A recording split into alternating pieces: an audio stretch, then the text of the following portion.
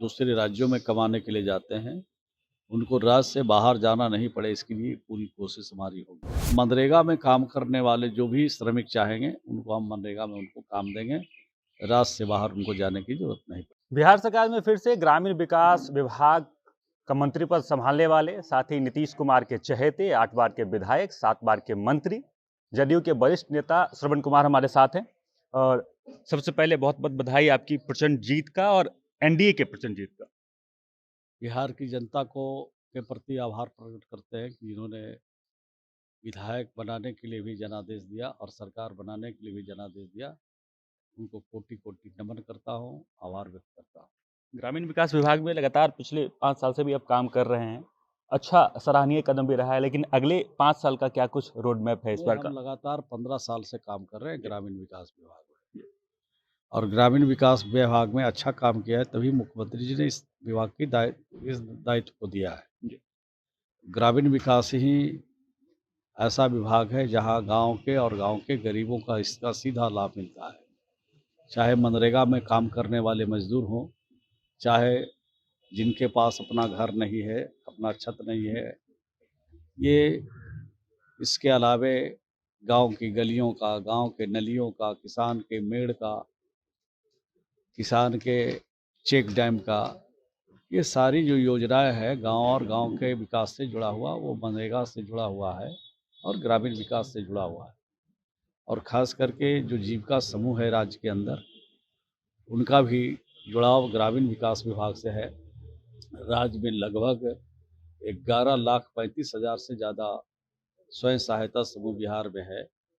1,44,00,000 से ज़्यादा परिवार इसमें अभी तक शामिल हैं, और इन परिवारों के सामने आज कोई भूखमरी की समस्या नहीं है।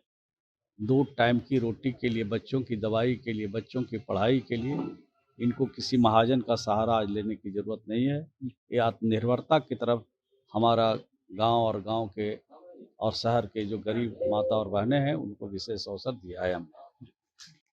करोड़ों लोगों को पिछले कई एक वर्षों में आवास दिया है, छत दी है उसके उनके सर पे।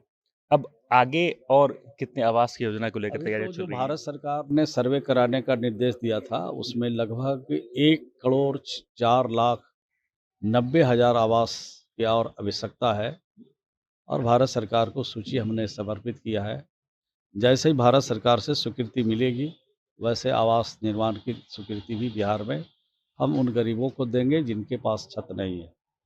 तो प्रधानमंत्री आवास, मुख्यमंत्री आवास और ग्रामीणों के लिए अनेक प्रकार की सुविधा जो देनी चाहिए वो मिल रहा है, और भी तेज़ी से इसको हम लोग लागू करेंगे। मतलब अगले 5 साल में तमाम बिहार वासियों के सर पे जो छत रहने वाली है। ये लक्ष्य है हम लोगों का कि बिहार में जितने गरीब लोग हैं, उनको 5 साल में हम अपना घर उनके पास हो, अपना छत हो।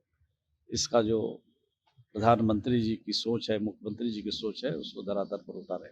आखिरी सवाल रहेगा एक, कई एक वर्षों में लाखों करोड़ लोगों के सपने पूरे किए हैं ग्रामीण विकास विभाग मंत्रालय के द्वारा, लेकिन कई एक सपने आपके भी जो होंगे कि अगले 5 साल में पूरे करने होंगे, क्या क्या तैयारियां इसको लेकर चल रही है? नहीं, हमारे यहाँ तो जो गांव के जो गरीब लोग हैं, जो दूसरे राज्यों में कमाने के लिए जाते हैं, उनको राज्य से बाहर जाना नहीं पड़े, इसके लिए पूरी कोशिश हमारी होगी।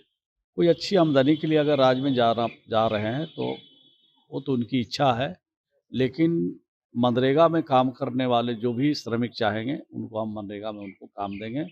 राज्य से बाहर उनको जाने की ज़रूरत नहीं पड़ेगी। मतलब इस बार पलायन पे पुरजोर कोशिश की जाएगी। पहले से हमारी कोशिश है और पहले से कोशिश कर रहे हैं, लेकिन अच्छी खासी आमदनी के लिए अगर कोई जाना चाहे तो उसको तो रोका नहीं जा सकता है।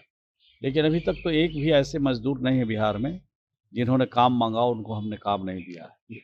और दूसरे सेक्टर में भी हम लोग काम दे रहे हैं बिहार के लोगों को, तो हर तरफ उनको रोजगार की चिंता है बिहार की सरकार को, और यह हम लोग करेंगे।